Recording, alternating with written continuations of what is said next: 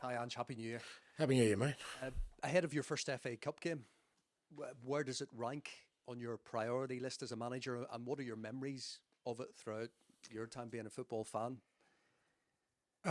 Priority wise, it ranks with every other game I've been in charge, mate. They're all important. There's not one that you don't take sort of full focus on. And yeah, I guess my memories are similar to anyone who loves football. I think the FA Cup's a significant event in a sort of global scale because FA Cup final day pretty much reaches every corner of the globe, and so everyone's had a sort of some sort of experience with it. And yeah, great competition, great tradition, great history, and looking forward to us having a crack at it. You obviously won, I think it was 3 cups at Celtic. Can you talk a bit about what impact winning a cup has at a club? And when you think of this club in particular, how much of an opportunity does it present to win a trophy? Yeah, look, I think every club, that's kind of you start every season with hopefully the ambition and the dreams of winning silverware, because he knows the impact it has on the fans more than anything else. And yeah, obviously from my perspective, it's an opportunity for us to try and win a competition. And that's for the club of our stature, that has to be the ambition every year, is that you go into every competition with the aim and the hope of winning some silverware. Of course, it wouldn't be the first week of January without a transfer question. Tottenham and Genoa in talks with Radu Dragusin. I just wondered, you've talked about in the past about your priority being a centre-back and the need maybe to get that done early. Are you confident that you'll get your wish in that? I mean, it's hard to say because, obviously I don't get involved in that side of it. And, as I said, sort of leading into the window, is that we've got some objectives and some targets, and, and we're working towards that. People are working behind the scenes and sort of who are in charge of those areas are working towards that. And, my role within that is to, whenever I'm sought for guidance or clarity as to, which way we need to go, I provide that. Thank you. Hi, and Happy New Year. Happy New Year. Top four, when top four became a Champions League spot, kind of the feeling was the FA Cup took a back step in terms of importance, in terms of magic, in terms of romance. Being a manager whose team are gunning for top four this season, is that accurate, or is still winning silverware the holy grail of a manager, a player, a club? I don't know. I know what I feel about it, and that is that, like I said, every competition I've been in, I want to win. So, I don't really sort of rank them or diminish one against the other. I think to win any trophy, you've got to earn it, whatever competition it is, whatever,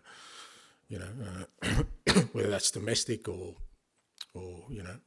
continental, everything is hard earned. So, I think I haven't sensed anything within this football club that suggests that this is a competition that is not important to try and achieve. The club does have a history of in this competition. They've won the FA Cup numerous times, and some of the greatest memories that many living Spurs supporters would have would be around FA Cup. So yeah, I certainly don't see it that way. I don't think one really impacts the other. I don't know why, whatever your ambitions are in the league, why that has to affect your ambitions in the other competition.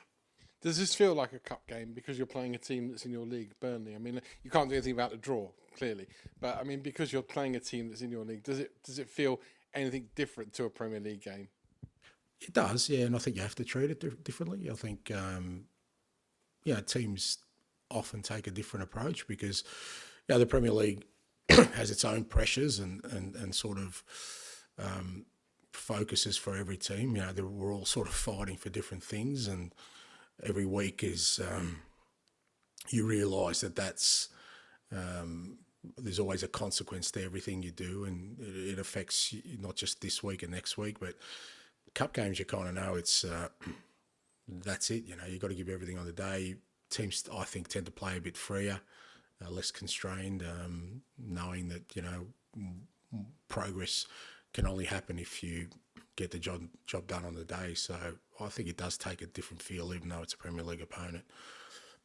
And, Burnley have had a decent running in cup competitions over the last couple of years. So we're expecting a tough game. Finally, as it's January, obviously you're being linked with players, which you've spoken about, players being linked with moves away, including Eric Dier, who can now sign for a club abroad and move in the summer. You've also been linked with a move to West Ham. Any truth in that at all? No idea. No, not on my radar. Let's keep Eric. I think Eric is, contracted to this football club, and he's as much in charge of his own destiny as anyone else. Could we get an injury update? Yeah. So from last week, unfortunately, Alejo, obviously it was a fairly significant injury, so he had scans on whatever day it was after the game, and it's going to keep him out for probably a couple of months. Won't need surgery, but some significant ligament damage. So disappointing for him, because he's kind of worked hard to get an opportunity in the last couple of weeks. He was kind of growing into it, and really disappointed for him. In terms of last week, everyone else is no issue in injury front. Guys coming back, Mickey van der Ven has trained with us this week, which is good. So he's got through sort of 3 sessions. Not sure about tomorrow, whether he'll be involved or not. And I think everyone else has his. And James Maddison, he's not as far along as Mickey, obviously, but No, do you think we'll see him this month? He's not training with us yet, mate. And as I've said before, until they train with us, it's hard for me to kind of put a timeline on it. He's out running with a sports science crew, but not with us, and not likely to be with us over the next sort of couple of weeks, I don't think. And Christian, similar sort of thing?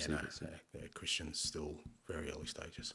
I just wanted to ask you about Richarlison. I know you've spoken about it a bit, but obviously he's in great form and had that difficult period earlier. Just wondered if there's anything you could sort of put your finger on as to how things have changed for him on the pitch anyway. I think I've said consistently, he's free of injury, he feels good physically, and he's just able to perform at the levels that he wants to, and he couldn't do that at the start of the year.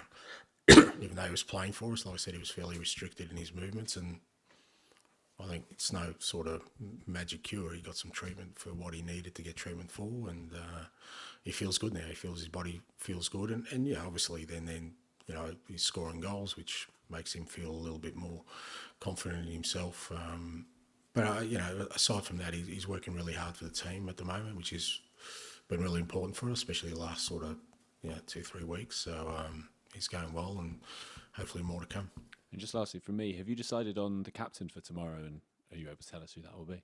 No, not really. I'm not putting too much. The captain is Sonny. Sonny's the club captain, and Maddison, Romero. So whoever wears the armband tomorrow is not really that significant to me. What's more important is that, Sonny's been an outstanding leader, both in deeds, actions and words, and we're going to need players to step up tomorrow, irrespective of who's wearing the armband. We need to try and fill that sort of breach or hole that he's left, because I think he's been outstanding for us. So again, I'm not putting too much thought in that, whoever it is it'll be, but we'll need a number of people to sort of stand up in that area, just in terms of experience on the day.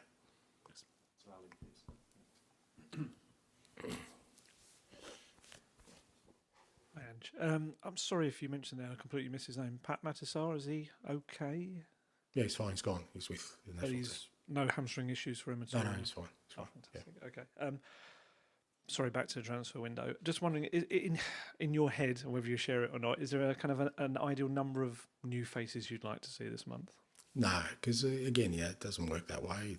There's a lot of sort of moving parts in a window like this, and like I said, January you don't expect too much sort of in terms of activity, but I think I've said before that what's important is every opportunity we have to strengthen the team and strengthen the squad, we should try and take, and depending on sort of the opportunities we have to do that in this sort of month, we'll try and do. And Sergio Reguilon's returned. Is he likely to head back out on loan? Because obviously you're in this situation where if you were to play him, he then can't go out to a third club. Yeah, again, I think that'll be sort of dictated by a lot of other factors, but not on my radar at the moment. Okay. And just last one from me, Dane Scarlett. Obviously, a good move in terms of experience with Ipswich, but probably didn't get the game time he would have wanted. Is he someone you maybe have to put an arm round, give him a bit of a reset now for the second half of the season? How does it work with him?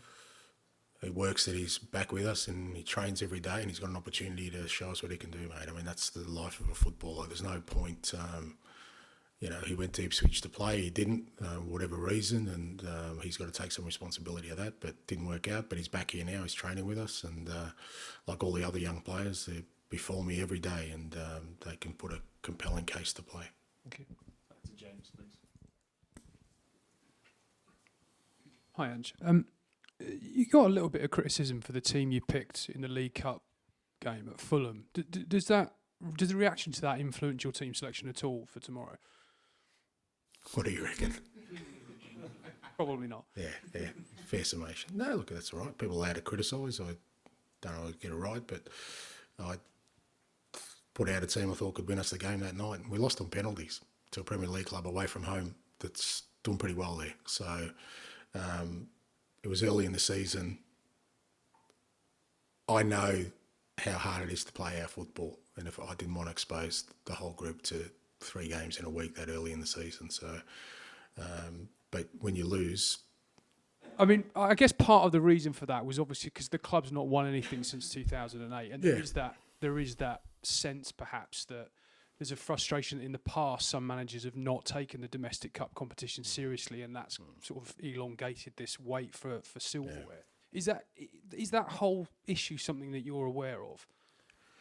Look, I mean, not that I'm aware of it, but I think I've said before that there can't be a desperation to win a trophy because it cures all ills, because it doesn't. Because as soon as you win one, what do you think the fans are going to say? Well, it's okay, you don't have to win one for another 15, 16 years. No, they want more. So it's about putting yourself in a position where you can compete for these things regularly, and give yourself every opportunity to win every competition you're in. But it's not like I said, just winning a trophy and thinking that that's going to be enough at a football club like this, which is the context for what I'm saying. Then like I said, there'd be a demand from not just supporters but players, everyone involved in the club. Well, we want more of this, so you can't just sit back and say, well, but hold on, I've just delivered a trophy. Shouldn't I have some sort of latitude now to not be successful? It doesn't work that way. So I like I said, I'm determined to bring success to the football club,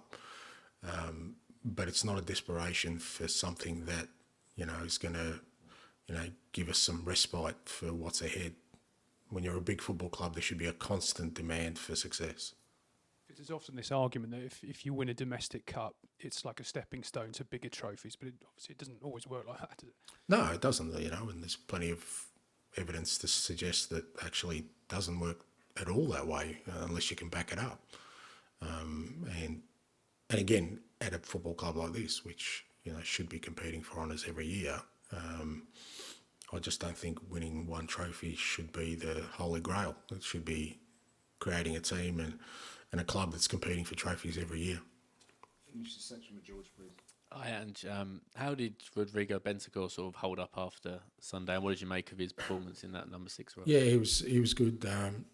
Obviously, he was feeling the effects of the game, but not anything sort of injury related. So which was good, and it was good to get him out there, and he felt good being out there. He's like I said, with a lot of the injured lads, obviously, they want to help out, and he kind of thought he'd done the hard bit getting back the first time, and then you kind of have another setback. So I don't think he fancied really long rehab sort of regime again. He was pretty keen to get back involved, and I was happy to give him the minutes he did, and you can see his quality straight away. He's a very, very good footballer, and I can't wait to sort of, I've said before that, when he's kind of back up to speed from a physical perspective, I think he's going to be a significant contributor for us. And you're clearly going to miss Son now for this period.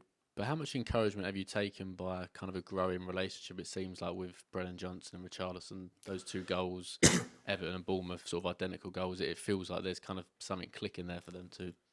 Yeah, it's developing. I think I've said before that, I think still it's our greatest area of sort of growth still is that front third. I still think we've got so much more to improve on. And but every week we're sort of seeing seeds of that and the guys developing and getting a better understanding, as you said. But we're not. Sonny's you name a team of the year at the moment, he'd be in it. He's been a hell of a player for us, and it's a big loss for us, another one. So again, we're going to have to really raise everyone's levels to cover the absence of another significant contributor, probably the most significant contributor for us so far in the season. And just finally from me, and more of a sombre note, Spurs fan, 16 years old, Harry Pittman, was killed on New Year's Eve. The club are going to show his image tomorrow during the 16th minute, and fans are encouraged to sing He's One of Our Own. It won't be much for the family, but does that sort of show football at its best and when it can be more important than just a game of football? Yeah, I guess so. I mean, you don't even want to be thinking about the circumstances of the family and, that, again, where we are as a society, the fact that these things still happen and, young lives are lost for absolutely no reason. And like I said, I couldn't even contemplate, the grief and the pain that the family's going through. But, that's, like I said, I've always felt football clubs are more than just the embodiment of what we do as, in sport. They are an extended community, an extended family for a lot of people. And if it even gives them the smallest amount of comfort, then, it's the least that we can do and our fans can do. But, it's just, like I said, tragic and inconceivable just that people, families still have to suffer this sort of grief